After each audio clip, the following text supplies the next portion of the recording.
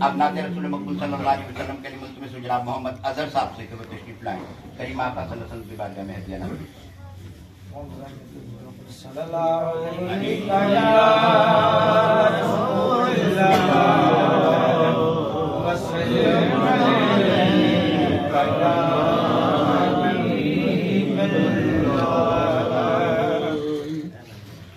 आप सा दोनों जहां में नजर आया ही नहीं।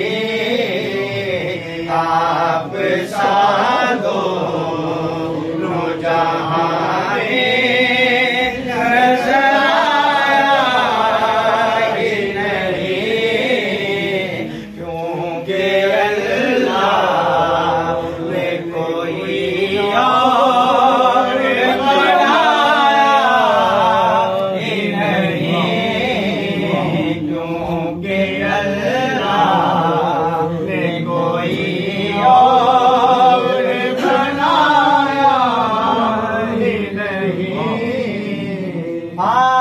आपने जब से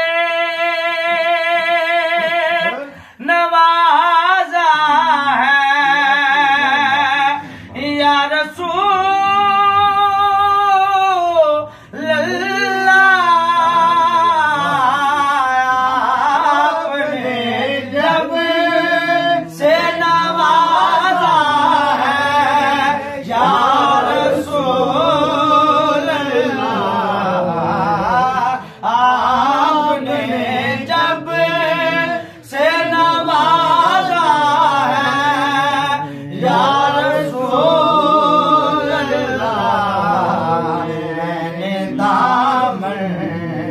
किसी चौखटे पे बिछाया ही नहीं।